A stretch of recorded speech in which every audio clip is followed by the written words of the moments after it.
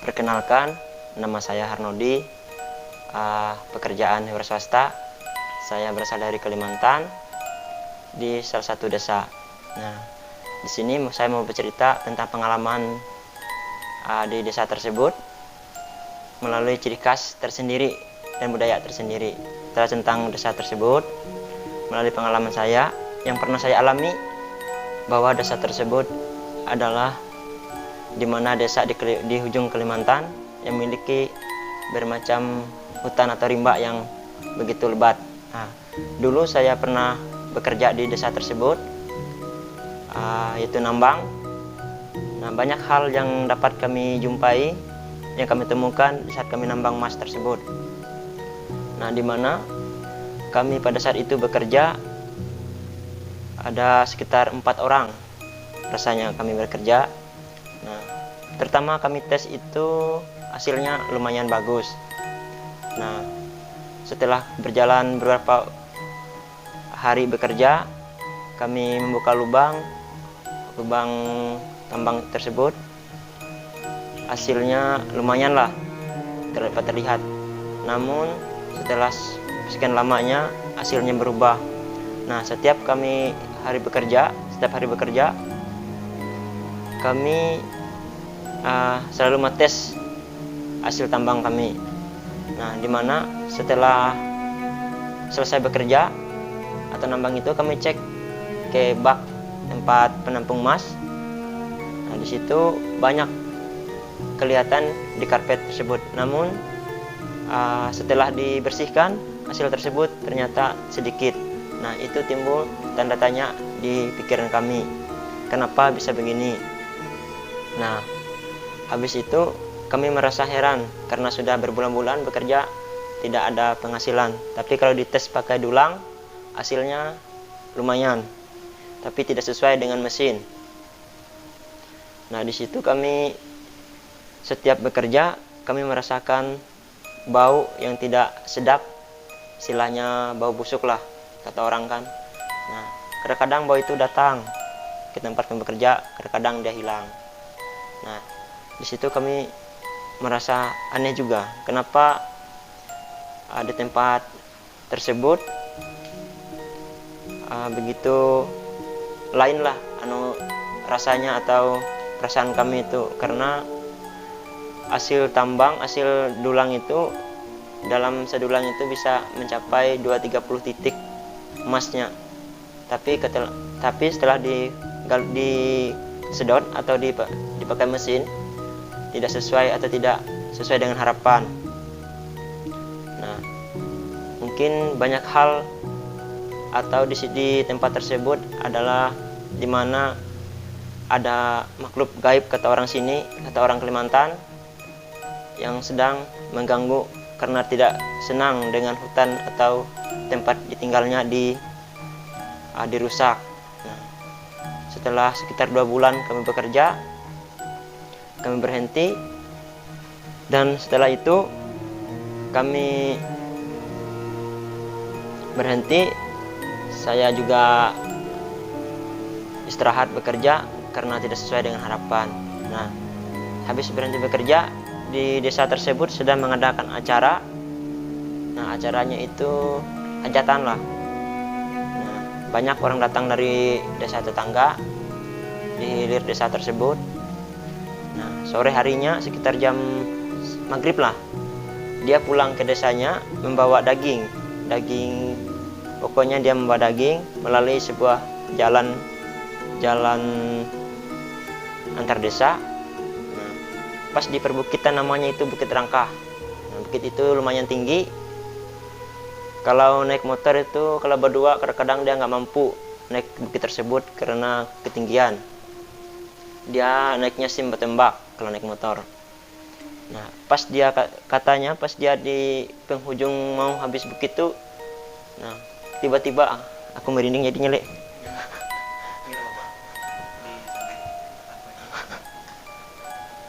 Tiba-tiba dia melihat yang di atas batu, di pinggir bukit tersebut ada banyak batu, namun ada satu batu yang paling besar.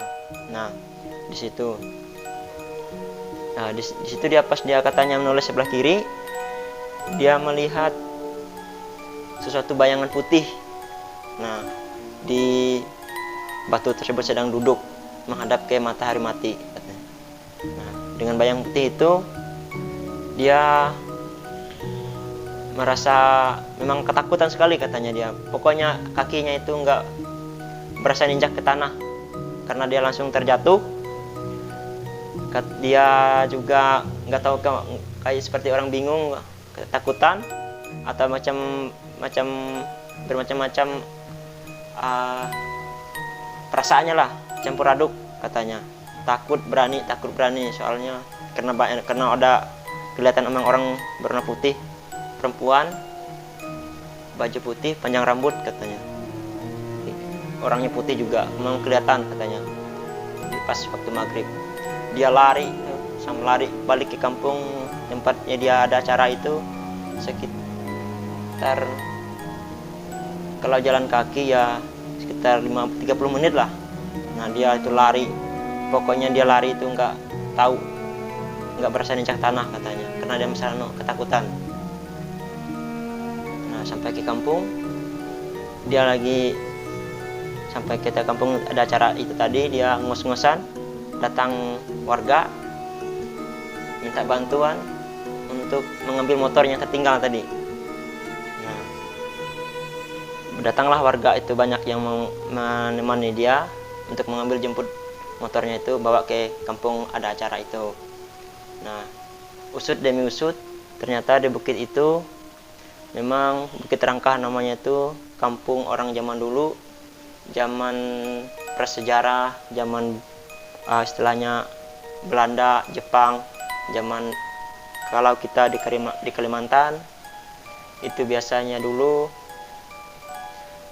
kayu asang.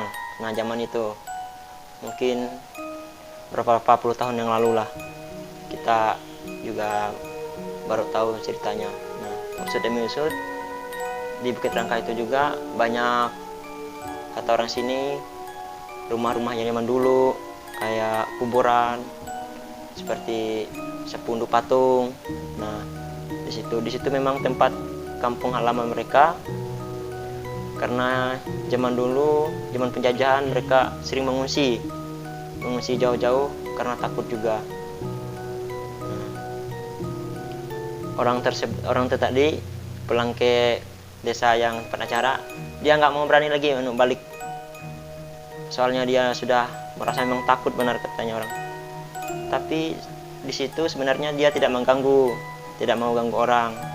Nah, dia tuh cuma kalau ada orang melihat, dia hanya memberitahukan bahwa pasti ada orang akan meninggal. Nah, itu istilahnya di tempat Bukit Rangkah tersebut itu ada ciri memang khasnya tersendiri.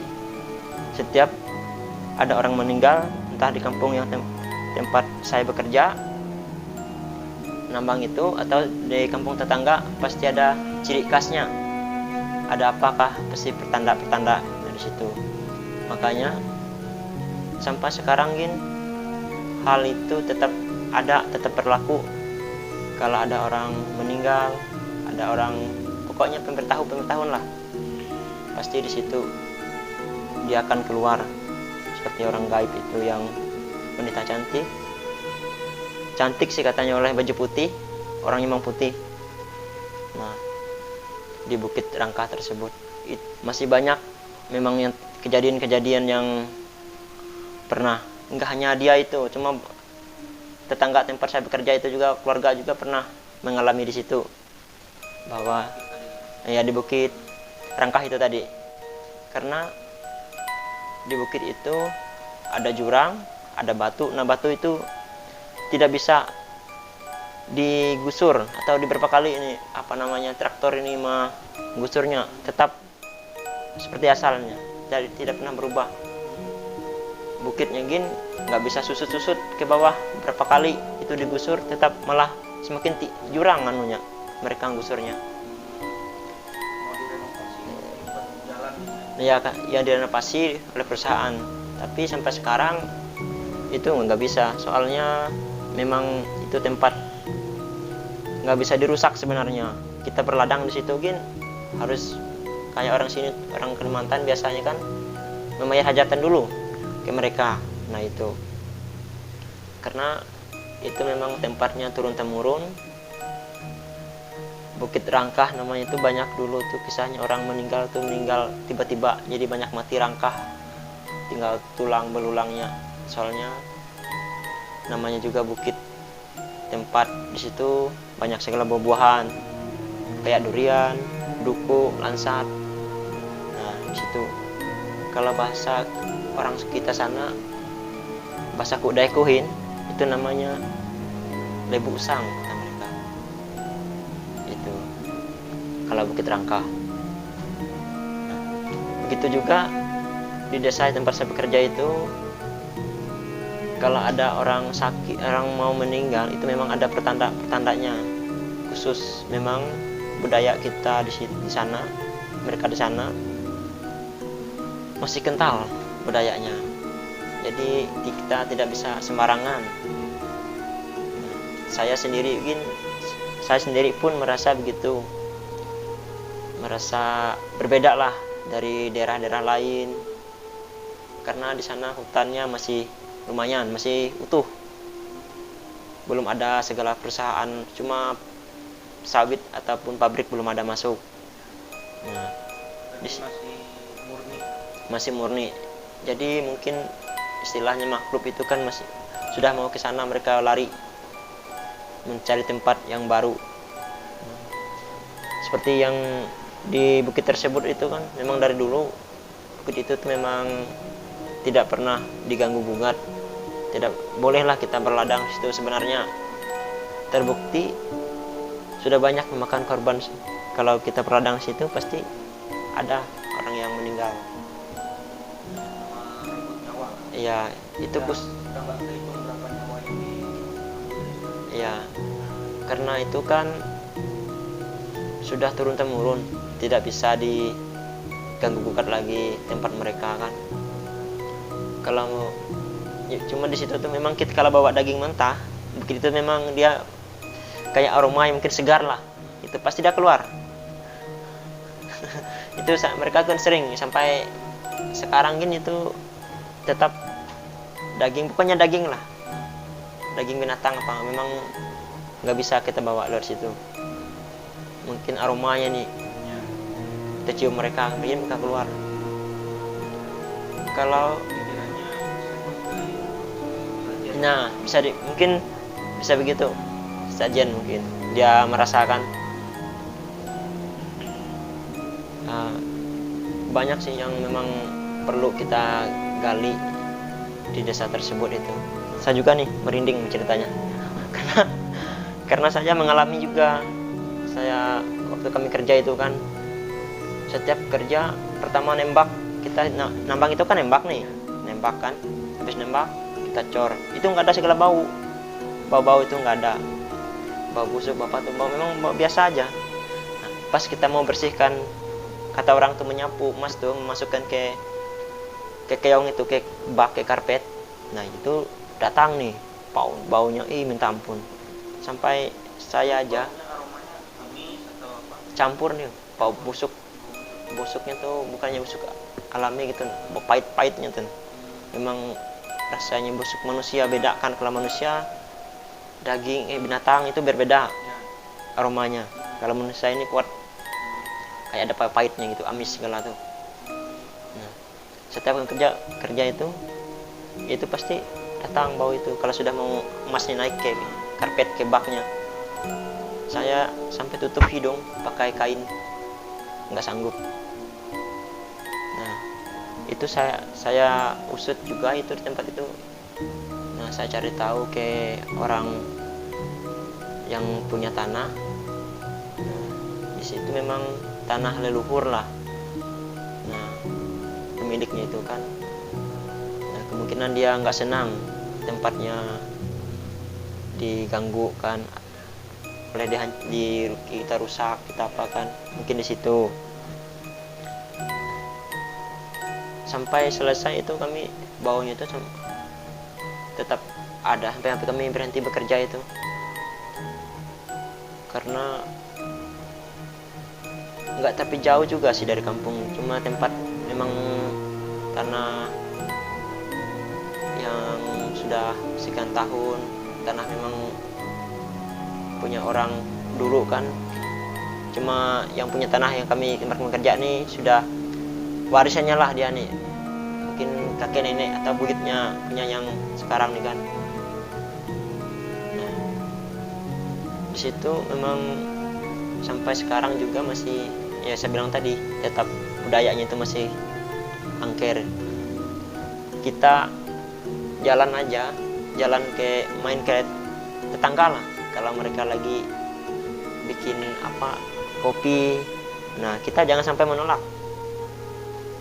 Harus kita ini, kalau orang menawarkan, mampir, mari ke rumah. Nah, oh enggak, saya sudah minum, jangan. Kalau kita pulang pasti ada aja kita celaka, entah apakah atau dapat apa enggak. Nah, sama kalau mereka juga menawarkan kita makan, ya kalau kita nggak makan, kita cicipilah sedikit. Ya, pohonan kata orang kan. Nah, makanya saya nggak bisa di desa tersebut, nggak bisa main-main juga sih. Namanya budaya masih kental, perlu dijaga, perlu kita lestarikan. Nah, meskipun berbeda, itu saya senang di desa tersebut, soalnya alamnya masih enak, hutannya masih luas. Nah, tapi itu tadi kendalanya, masih banyak makhluk-makhluk yang memang aneh. Bukannya aneh sih, iya, yang gaib. Bukannya aneh, itu memang sudah dari sananya kan, memang sudah budayanya kan. Jadi tidak bisa kita mengabaikan juga, ya tidak bisa kita menyalahkan juga. Tapi sebagai orang yang sudah terbiasa, ya dia menganggapkan biasa-biasa saja. Tapi bagi kita yang memang awam, yang baru, atau kita tahulah kondisi, kita bisa merasakan suasana alam itu berbeda. Saya saja kalau udah maghrib ke kampung tetangga tuh, naik motor, apa nggak mau saya berangkat, soalnya beda rasanya. Biarpun berdua, kalau paling lambat itu jam 4, jam 5 itu sudah ada di kampung kalau kita ke kampung tetangga kan. Nah, lewat dari itu kalau malam-malam, kalau nggak 2-3 biji motor, nggak mau saya berangkat. Soalnya melewati bukit yang saya bilang tadi, Bukit Rangkah itu apalagi kalau musim hujan kita naik, musim itu berdua jarang lolos kalau naik motor kan, terlalu tinggi dia. Nah, tapi jarang orang memang kecelakaan itu nggak ada, dia tuh cuma menampakkan diri, itu aja sih yang di bukit itu tuh. Jadi merinding aku jadi merinding. Dia tuh naiklah, tanjakan, naik turun, naik lagi, itu yang susahnya.